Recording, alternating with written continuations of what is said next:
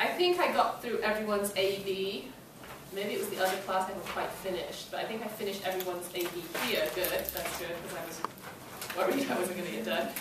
About novice teacher development, they have some really interesting things for us to think about. And depending on what you cover, after you finish, we might still go back and talk a little bit more about Shin, just because a lot of people had really sort of quite passionate comments in your reading responses about that particular article. So depending on what, let me see what you cover. We're going to talk about Shin a lot, but there's always room to... Right, okay, no, that's great, that's fine. I was hoping that you were going, I knew you were going to talk about it, I just didn't know how much. And then depending on how much time we have, we'll also talk about mentoring a little and I wanted to think about how you, as soon-to-be graduates of the program, how you have been mentored and how you yourself might be mentored in the future, what you can do about that. So let me see, Krista, you need. So I'm just going to hand it over. Yeah, handing it out to my script. You want to get the chocolate started now? Alright. Gina, would you like to pass out the handout?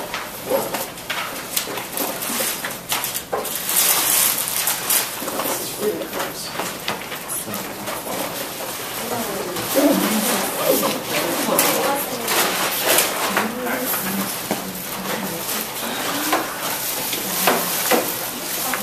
Yeah. Okay, guys. Good morning. Good morning. Oh, that would have been sad. Morning. So, kind of in celebration of the fact that we've just finished our last theme, kind of the celebration that we're finally done with these presentations. We have donuts for you today. So, let's pass these around. There's a saying where a spoonful of sugar makes the medicine go down. It means like if you do something fun while you're doing something not so fun, it's easier to do. A mouthful of donut makes the presentation easier to watch, right? I think so. All right. So where's my hand? You good?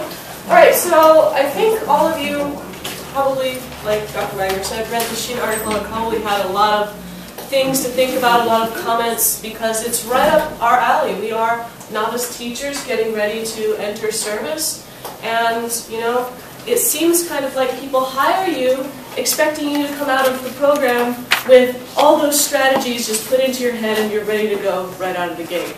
And that's really just not the case. A lot of people need some kind of support before they can do that. So that's what we're going to talk about today.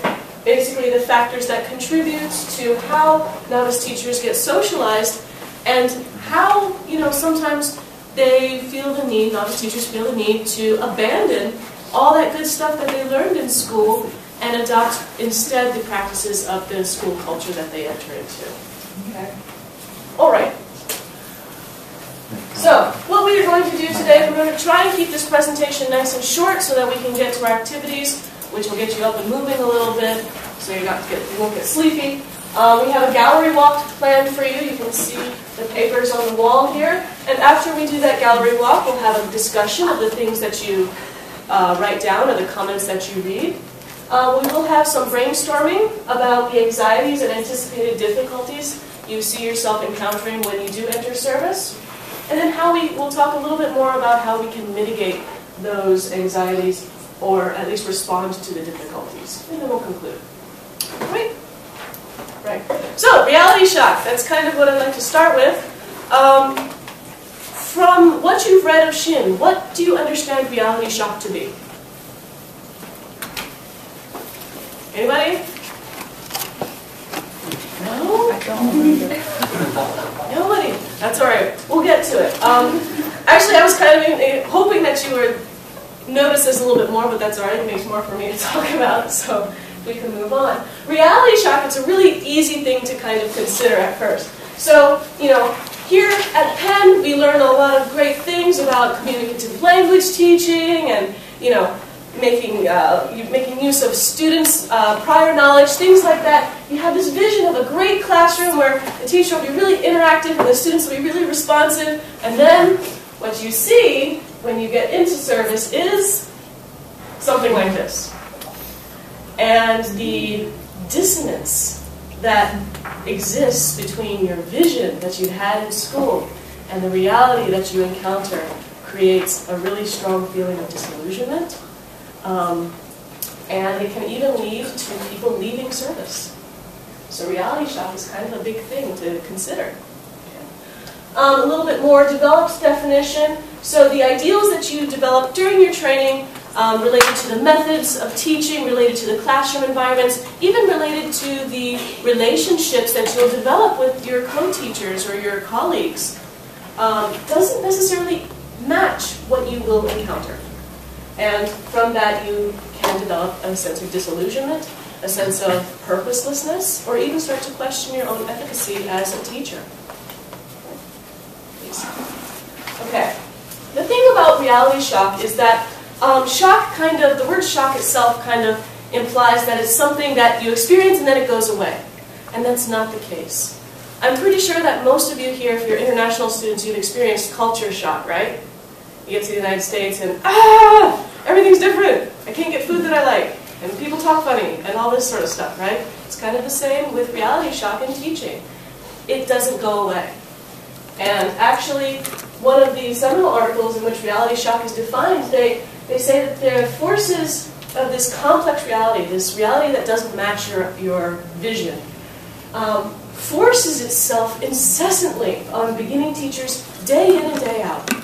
And it's not just the classroom, it's all levels of the teaching experience. The feeling isn't momentary, it's not fleeting, it doesn't go away.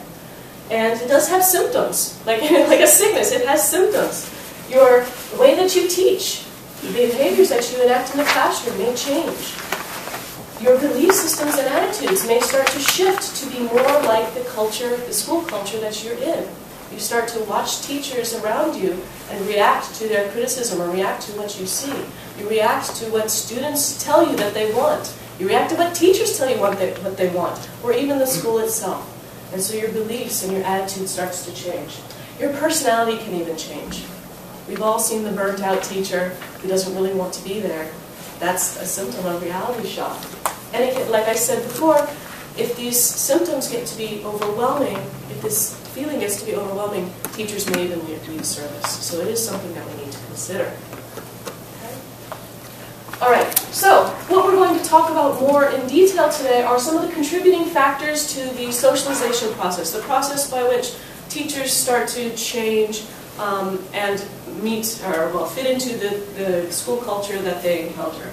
And like I said before, the reality shock, these factors are not just in the classroom, or they're not just personal. They exist on multiple levels, including the personal level, and Ginger's going to talk about the teacher knowledge, the institutional level, the classroom and the curriculum, which Abe is going to introduce, and then the local environment or the school culture itself, which Sissy is going to tell you more about. All right. Okay, now let's first take a look at how the difference between how we imagine teaching would be and what the reality is from personal perspective. So first of all, since we are novice teachers, we don't have much teaching experience, it is highly likely that we might resort to our observation as classroom students, which is put forward by Lorty in 1975, called the Apprenticeship of Observation. And further, in 1996, Numeric discussed that the teacher's choices will either promote or avoid certain instructional strategies is based on their experiences as a learner and their perceptions of these teaching approaches. Then teacher education also prepared us to be a teacher. For example, the courses in GSE tell us about the communicative teaching, and teacher education served as the theoretical base of our teaching beliefs. And the third, of course, implicit linguistic knowledge is the foundation of teaching, because each teacher has to know that what you are going to talk about. You have to become expert you have to become an expert in your own field. Therefore, explicit linguistic knowledge is very important. Last, the effective factors, which means like, for example, confidence and your self-efficacy. Because according to this person, like,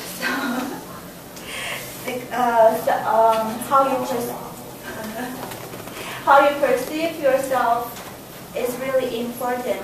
If you have confidence in teaching oral English, you could perform better. And here is like how our decision first formed. Then we are gonna see how reality looks like. So what makes teachers change their minds later in practice? Because in practice, first of all, we observe our students' behaviors. There are highly likely that unexpected student behaviors will influence our teaching decision. For example, if a student felt the task is really difficult and all students fail to do the task or the task breaks down, we might change our teaching strategy or by adding some elements or reducing some elements of the task. And second, in the practice, we observe ourselves, of course, through videotape or through journals. We make reflections on the errors that we made, and through the journals and the videotape, we can see that what's the present needs of our students. And third, through the observation of other teachers' classroom instruction, we can gain the insights that how other people deal with difficult situations. For example, if there are some difficult students in class, how experienced the teachers deal with them, and how experienced the teacher cope with classroom management. Therefore, all the first three formed our beliefs when we actually in practice. And the last one is the focus of our today's presentation. It's about school culture, the microenvironment. How does the microenvironment influence our teaching beliefs and teaching decisions? Now I'm going to hand it over to A. So in Shen's article, she has made this observation that a lot of novice teachers stopped using English as the language of instruction in the classroom in about 6 months to a year after they graduate.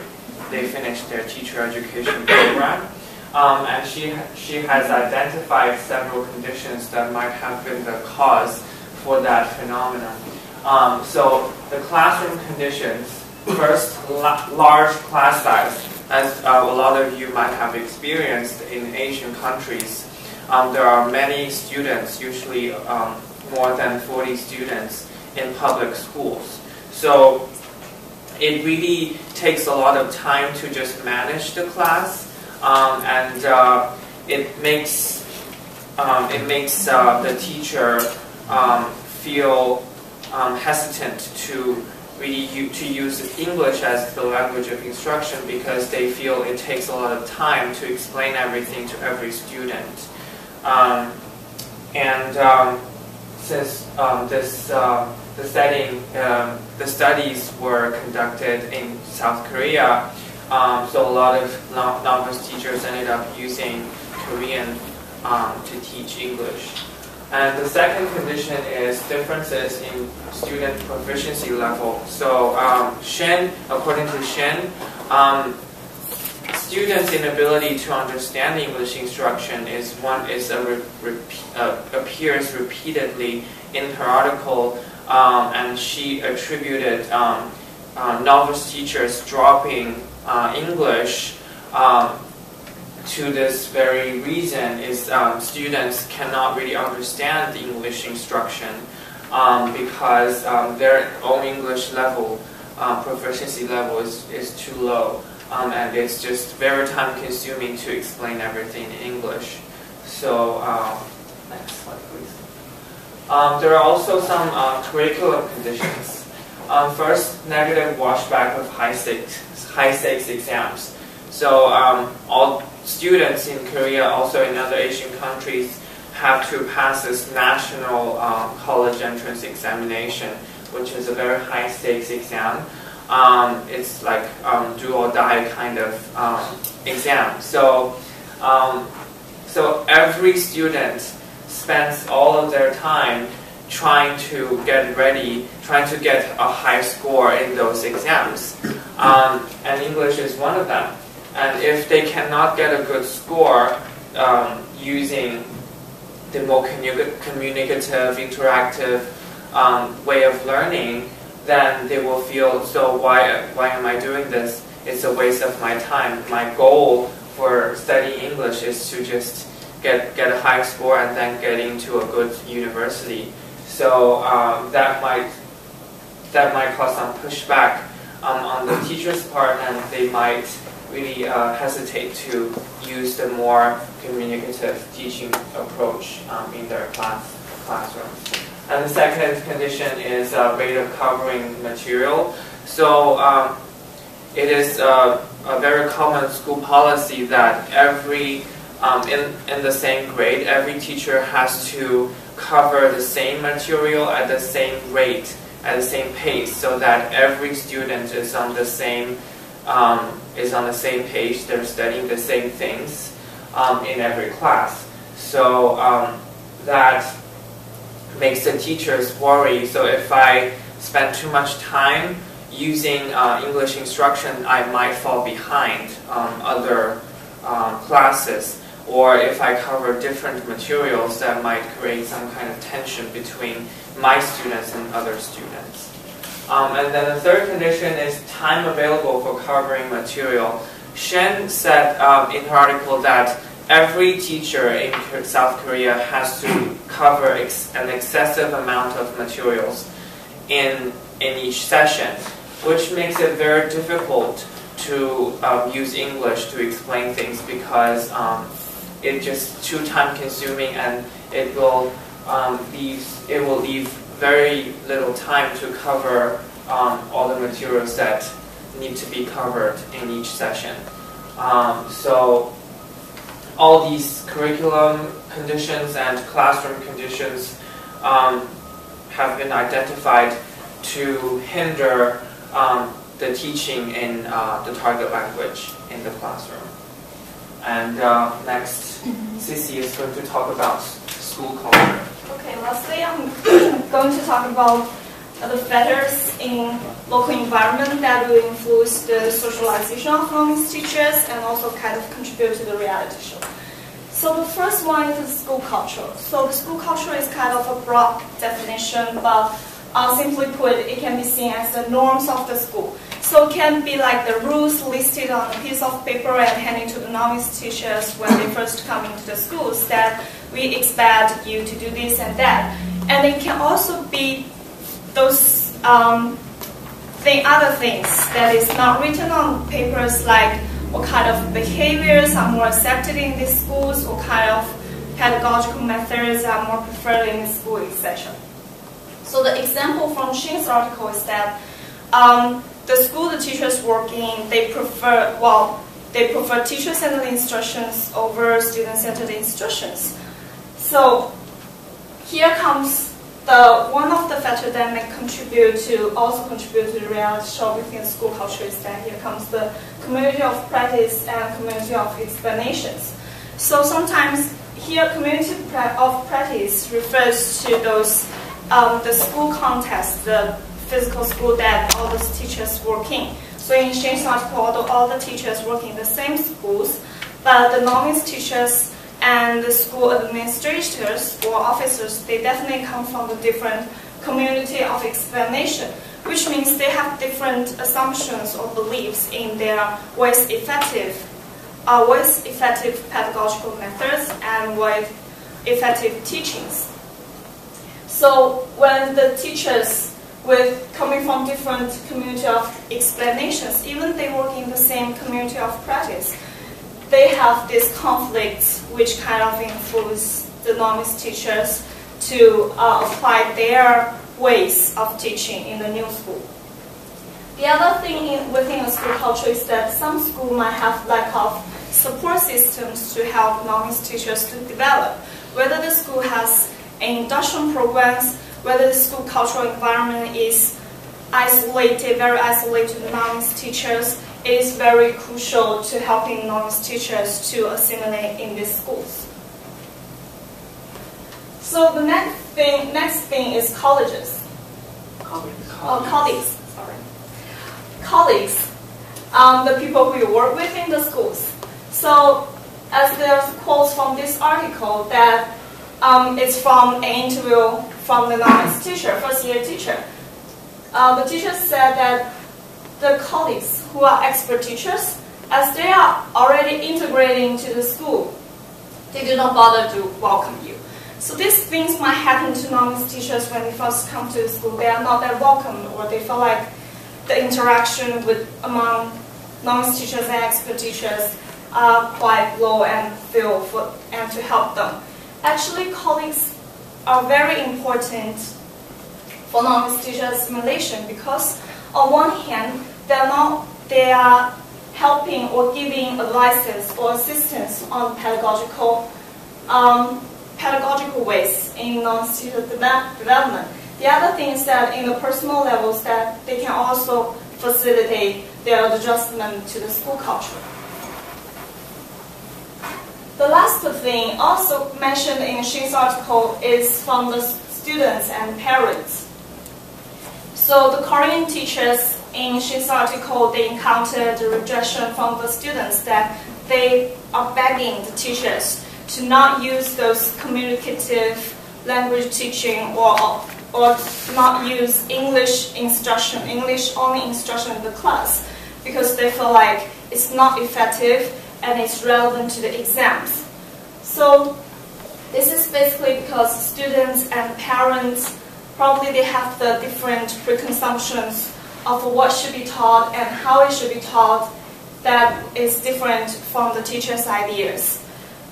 And students' behaviors or response are very influential to this extent that in many articles it says, especially for the novice teachers, their teaching methods are hugely influenced by students' response, like what the students' preference and their learning habits, etc.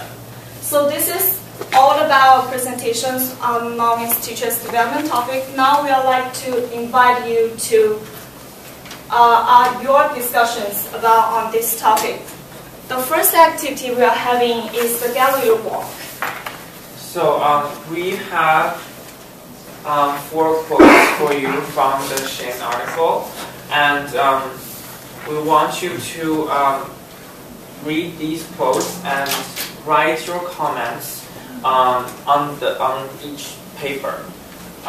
So you can ask a question if you find it hard to understand, you find it confusing, or you can agree or disagree with this idea. You can also respond to a classmate's comment. You can also answer a classmate's question. So those are the types of responses you can put on each paper. Kind of a good way to think about this is like offline Facebook. So these are your friends' ideas or their posts, and you have to go around and like or comment upon what they've said. Yeah. So you can feel free to use your own pen. We have pens up here available as well, but we'd like to spend about 10 minutes. 10 minutes. So feel free to wander from place to place. Make sure you go back and see what other people have said, and maybe you can respond to them as well. So we'd like to spend 10 minutes. Everybody, I know you like to sleep, but stand up and let's get moving. Could I have another donut too? Yeah, if you'd like other donuts and there's still some available, go ahead and grab some.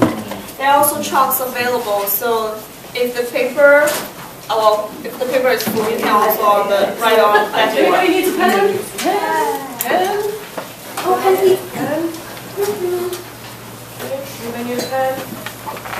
Anybody got a pen?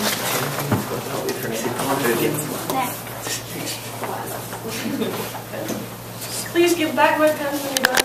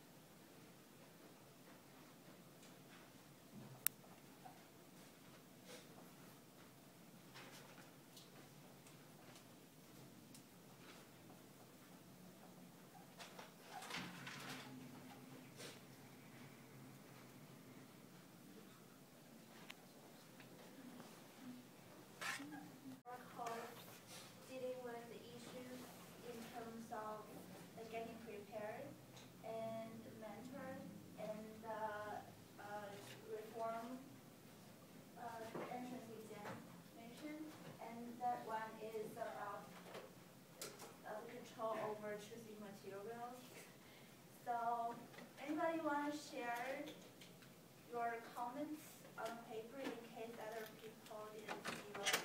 And is there anything that in particular you want to talk about?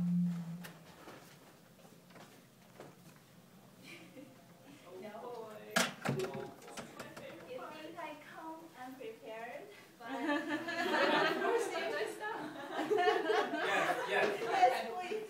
I didn't write anything, but I was really interested to read the responses. And one thing I think I sort of felt that on all of them, one of the common themes that seemed to come up was the idea of teacher agency. Like, how much agency do you have as an individual novice teacher?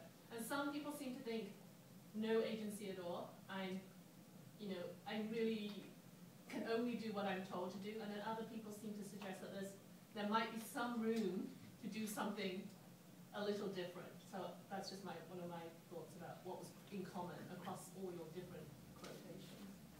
And Shin kind of paints a picture of very little agency, I felt. Like, they give all these, factors that constrain students, and then, oh, well, what can you do about it? There's not a whole lot. So, yeah, I agree with that aspect.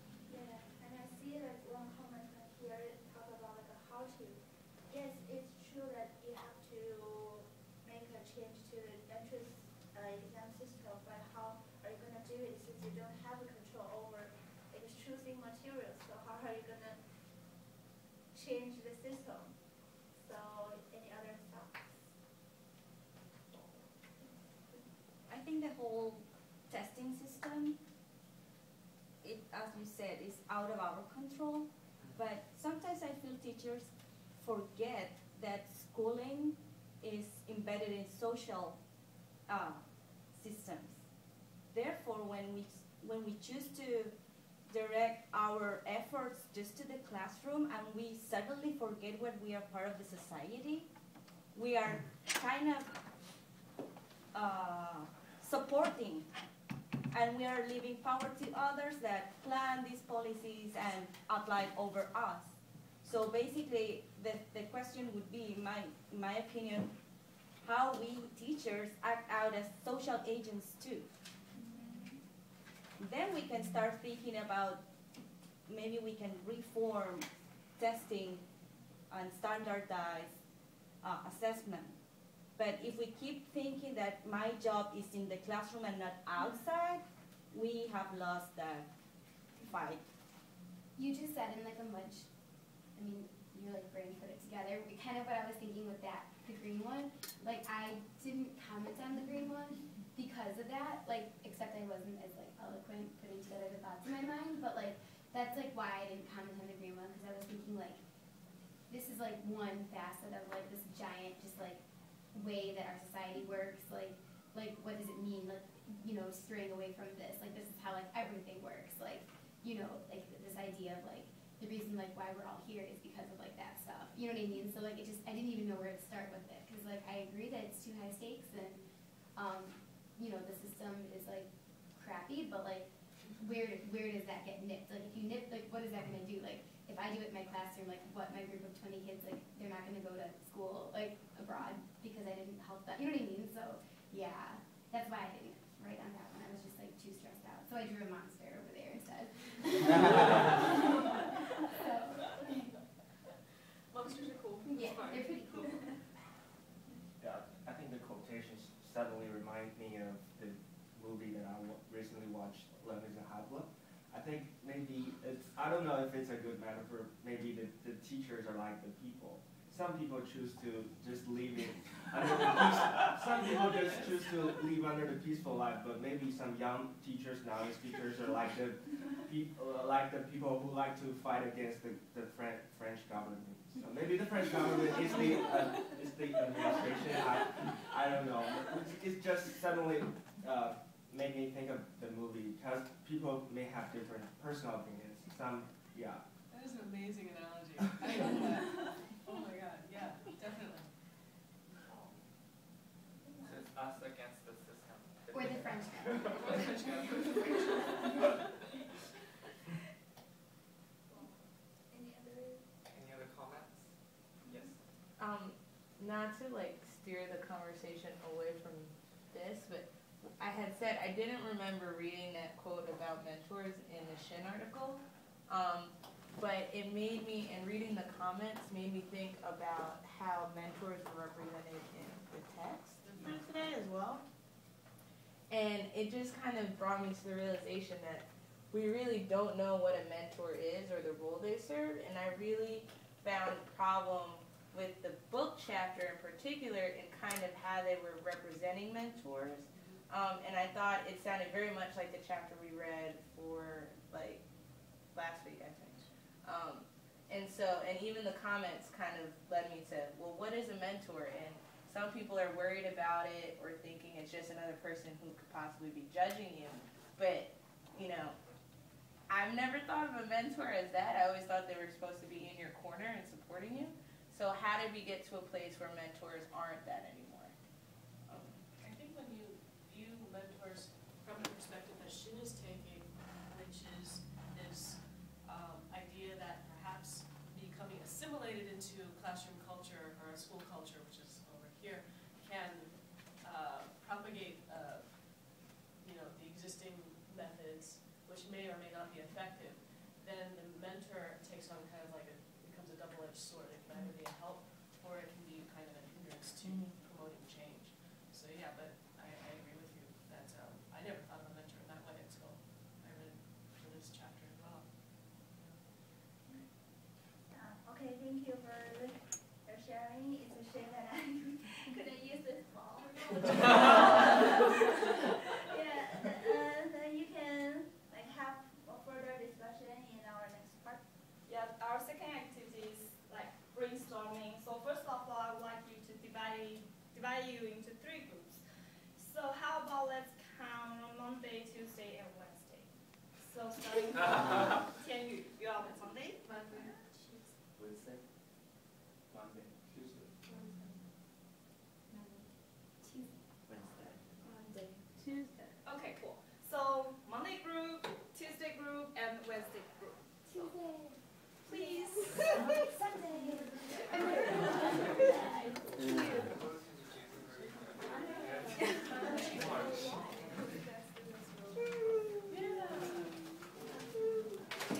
Kind of anxieties and the difficulties you anticipate when you begin service as a teacher. So we are now all novice teachers. I would like you to imagine or think of what kind of difficulties you are going to have in the future when you're going to teach, go back to the countries or stay in the US, and discuss and talk about it within your group.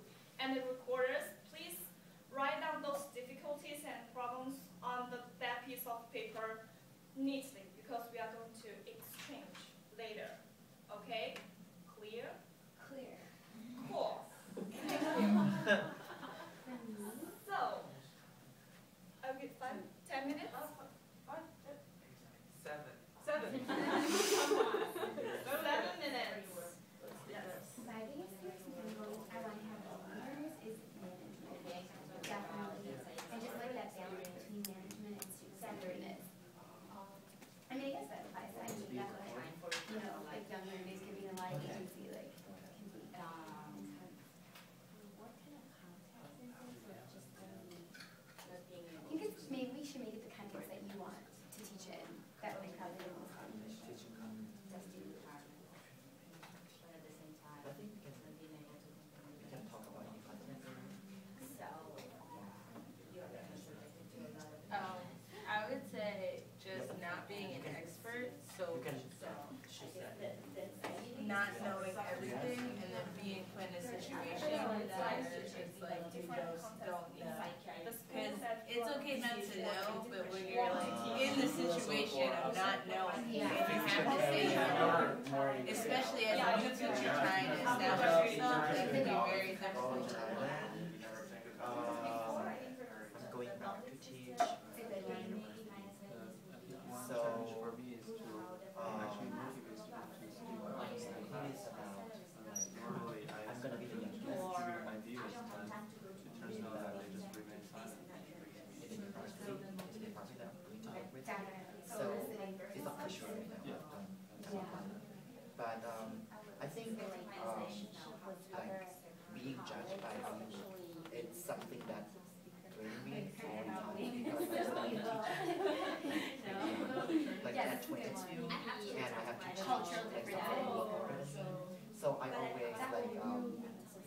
course every time to be judged. Oh yeah.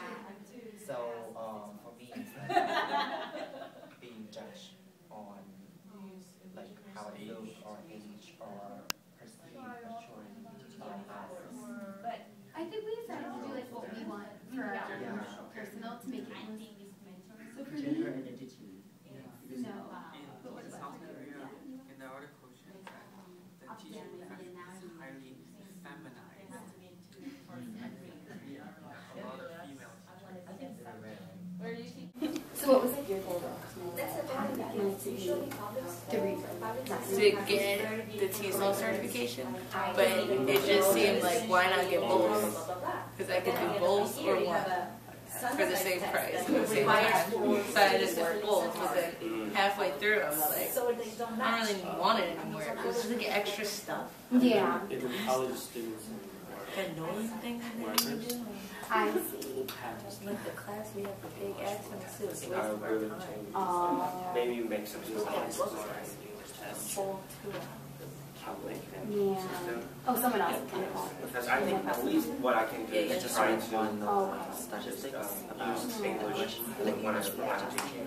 I feel like I learned more stuff For in this, these I think that's the classes. maybe So that I can do. it's really reflect how we So if they really, English really reflect then I can explain something. class by having fun. We study for tests, but it's okay for you if you fail. Non-expert, Because it's okay because we Relationship with a are the student. country that really Like professional. like we yes. have this idea. Approachable is hard balance. It's okay if you cannot speak English because Yeah, kind of listens to manage. and you don't have to because you're going to work in a country Which doesn't make much sense, does it? where you work with Thai co-workers. And How about actually, it's like politics is your topic. We have kind of like the point that you social tried science to out of that. like staying on We track never been colonized. expectations We never been colonized. for learning. That's why we cannot speak English. Benchmark. Yeah. Unlike Malaysia or Singapore, it belongs to somebody else. That's why they can speak English. But our country never been colonized. But actually, I totally don't agree with this.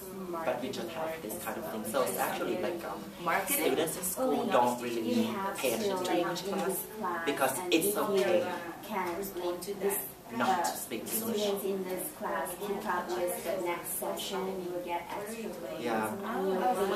It's really interacting with that. So yeah, you have to make the students like you so much that they keep coming to your class and then you get your salary. Whoa, that's scary. But well, that's of course like if you want to have a right Guys, sorry to interrupt, but you have about 1 minute to wrap up because that's time for we just have it before. Wow, that's I feel stressed out. Anxiety or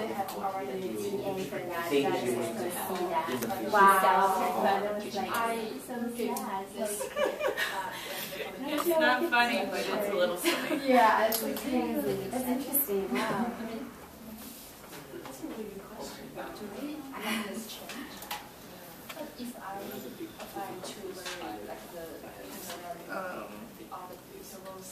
So we can say for that, what would you call that? Maybe just like administration pressures and like I don't know. I will be right back. Because we cannot, and students do not want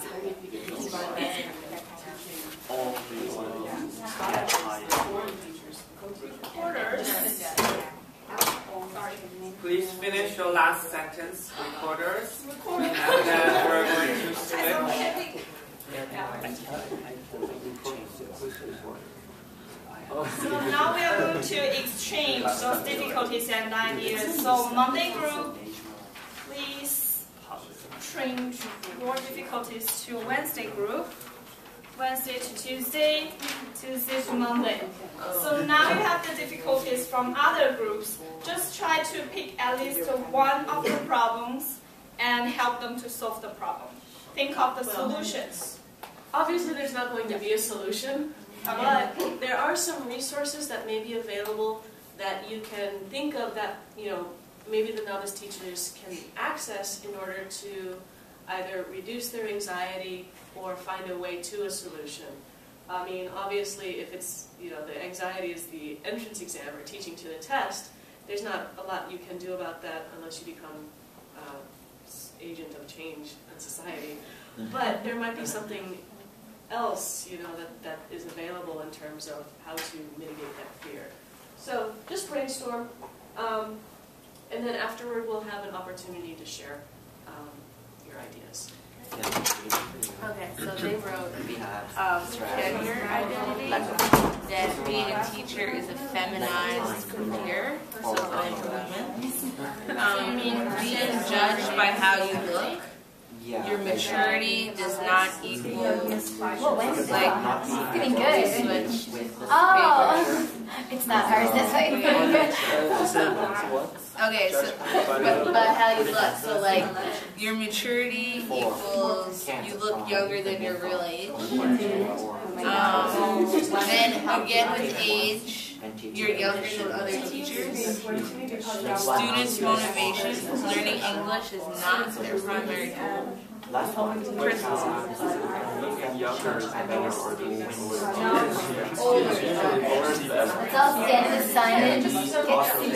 Perception of students towards English.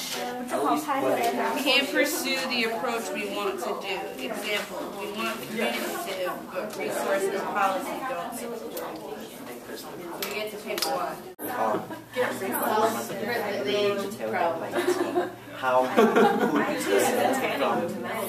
the change? Like you might want to balance like the new method with the traditional first and tell them that this is not a sheet. balance. We're surprised we didn't come up with some of these things. Did they come up with anything that you shared? So, I personally have not really. I didn't realize we didn't write any of because I was after and I was like, wow, like it's got bits inside. We've got to like it's not ours. No, we didn't write any of this. Switched. Yeah, well, yeah, you switched. What do you think? So funny. Having students speaking There's nothing that like ours. What did you talk about? So if we do age, the teacher wants to change. You get only for younger students. Because every year fraction like different. Yeah, like maybe with the administration, like you feel like you're getting to meet your undermined, you can be like, oh, like we have our freshman straight out of like college approaches, like they're gonna be great. Drastic change cannot be done. It's gonna affect all by myself. And have you worked with trouble yet? When I started teaching, I was actually closer in age to my students, and my summer I was to any of the teachers. And actually, I found that kind of helped me out because if I did crazy things in Did you ever get in trouble like in the hall though for like being out of the classroom? And I thought you were a kid. in a Japanese Oh, teaching teams. I really want them to change. Or is that like you know what though? the whole I agree with policy? you, but I disagree. Like if you are the only one that changed and doing the new thing, there's going to be a comparison of that. Like students prefer like traditional way of learning. They might not prefer a different way of changing. So if you are the only one that changed, that's going to be why this new teacher need to do something? Well, all I wrote is age is not always a negative. Students seem to like younger teachers, and you can relate to students. You can relate to students more. Yeah. What if you have a high salary that teacher? In the interest of ending on time, and I know you all want to get out of here on time, I'd just like to hear some of the things that you thought about. So, thank you. Would anybody like to share a problem that they discussed in their group? Let me change that. No. Share a problem, not would you like. Please share. We can go just because everyone's going to go eventually, right? Well, we just shared our opinion on a problem. We can't really solve it or offer much suggestions towards solving it. But I guess this is Wednesday. You wrote it? They wrote a lot about age. So 2 things they wrote was that being judged by how you look. So you may not look your real age. And then being younger than other teachers. So we wrote, that age isn't always a negative thing. That students seem to like younger teachers more than older teachers. And that you're better able to relate if you're closer in age to your students. So we're trying to take a happy approach to the fact that it kind of does stink sometimes to be so young and people do judge you. That's reality. But Great. What if we have to teach someone that's older than us? we weren't really thinking about it. But Yeah. that's very true. If you do adult education, Yes. that's a problem, especially if they're significantly older than you, and the culture that they're from, it means that you have to afford very high levels of respect to them. Yeah, that can be troublesome. How about this group? We chose how are the students going to accept the change I bring to school when they are accustomed to the educational system. So what we discussed here is that we believe that in reality you cannot make a drastic change to something that has been done for so long time. Right. And I think it might be better for you to gradually change and explain to the student like how could they benefit from the change, and trying to balance the new approach that you're going to use with the traditional ones that they've already done. Anything else? That's a really good idea. Like, I think that as teachers, when we are implementing a change, sometimes we forget that it can be useful to explicitly say, this is why I'm doing it, and just but rather we just expect students to kind of take it and accept it, when actually an explanation may help that process. But you're right that we really can't make drastic changes. We have to make small steps. How about this group, last group? We didn't talk much about the problems here because these are too hard. An additional problem that. Sure. I mean, we read the list, but we were discussing how when talking about problems, usually teachers immediately direct their concerns to the classroom practice, and then somehow forget that they are individuals. And we were talking about why teachers dissociate their lives from their jobs. So, don't we have problems outside the classroom that affect what we do in the classroom? Like, the list of concerns, are they directly related to students' behavior or discipline or learning or everything?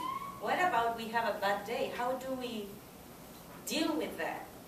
So I was telling them that I wish I could listen to from my colleagues, like, you know what, I don't know how to pay the bills. How does that affect to my teaching too? And I think that is something that we have to deal with, talking about anxieties, and it's really important and sometimes it's overlooked. Do you think that's something that you can maybe talk with maybe more experienced teachers and kind of get perspective about? Of course. I think so too. But you're right. Bad days where you're tired. then you have to go teach. How do you keep from bringing that kind of thing into the classroom? Can be really difficult, and we kind of have to become masterful in how we separate our private issues from what we do in the classroom. All right. So just to close, we'd like to make some suggestions, and this is what Shin had to say, and maybe take it as you will. This may or may not apply to you.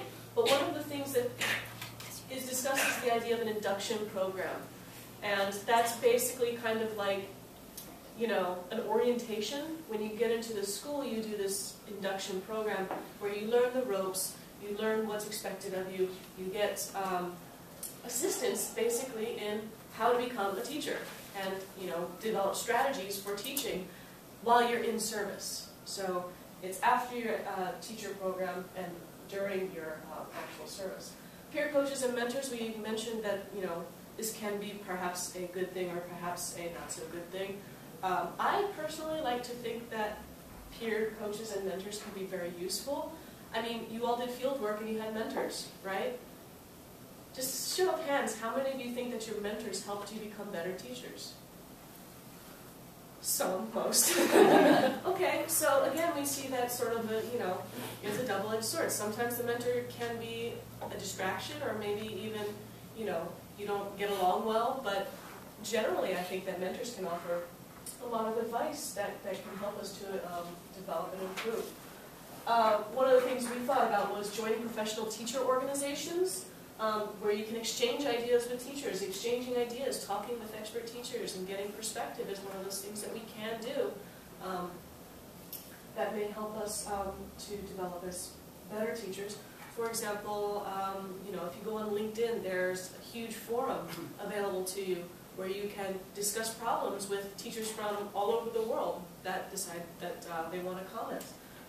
Or you can go to workshops where professional teachers that are practicing teachers can help to give more strategies or ways for you to develop. And finally, as we've learned in this class, make time to reflect on what it is you're doing, even if it's just the in-the-moment reflections, so that you can, assess perhaps where problems actually lie. Are they in the class, or like we said, are they outside of the class, and what you can do about them?